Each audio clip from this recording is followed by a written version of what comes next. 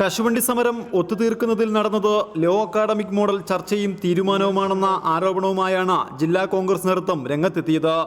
സംസ്ഥാനത്ത് ഏറ്റവും കൂടുതൽ ഫാക്ടറികളുള്ള വിജയലക്ഷ്മി ഫാക്ടറി തുറന്നതുകൊണ്ട് മാത്രം പ്രശ്നങ്ങൾ അവസാനിക്കുന്നില്ല. ഫാക്ടറികൾ തുറക്കുന്നതിനായുള്ള ഒത്തുതീർപ്പ് വ്യവസ്ഥ എന്താണെന്ന് CATU വ്യക്തമാക്കണമെന്ന് DCC പ്രസിഡന്റ് ബിന്ദു കൃഷ്ണ ആവശ്യപ്പെട്ടു. എങ്ങനെ സമരം ഒത്തുതീർപ്പാക്കി? എല്ലാ ഫാക്ടറിയും തുറക്കാൻ പറഞ്ഞോ? കൃത്യമായ ഒരു ഡേറ്റ് പറഞ്ഞോ? അതൊന്നുമില്ലാതെ ആളുകളെ പറ്റിക്കാൻ വേണ്ടി CATU സമരം കിടന്നിട്ട് അവസാനം ഇവിടെ എല്ലാ തൊഴിലാളികളും തന്നെ പറഞ്ഞ് ഞാൻ കേട്ടത് സമരം ചെയ്യാൻ ഇപ്പോൾ ആളില്ല. കാരണം വിശദീകരിക്കാൻ സ്വന്തം സഹാക്കളോട് പോലും കഴിയാതെ വഴിമുട്ടിയ സമരമായി അത് മാറിയപ്പോൾ അത് അവസാനിപ്പിക്കാനുള്ള ഒരു നാടകം മാത്രമേ ഈ ചർച്ചയെ കാണാൻ കഴിയുകയുള്ളൂ.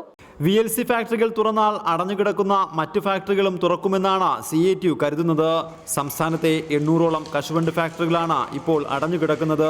അതേസമയം VLC ഫാക്ടറികൾ പോലും തുറക്കരുതെന്ന് ആഗ്രഹിക്കുന്നവരാണ് ആരോപണങ്ങളുമായി രംഗത്തെത്തുന്നതെന്നും കോൺഗ്രസിന്റെ ജൽപ്പനങ്ങൾ തൊഴിലാളികൾ മുഖവിലക്കെടുക്കില്ലെന്നും M നൌഷാദ് MLA പറഞ്ഞു.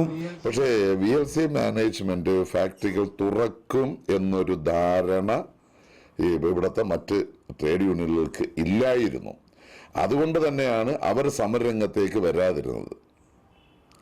തുറക്കുമെന്നൊരു ധാരണയില്ലായിരുന്നു. അവർ തുറക്കും എന്ന് പ്രഖ്യാപനം വന്നപ്പോൾ അവർ അന്തം വിട്ടു.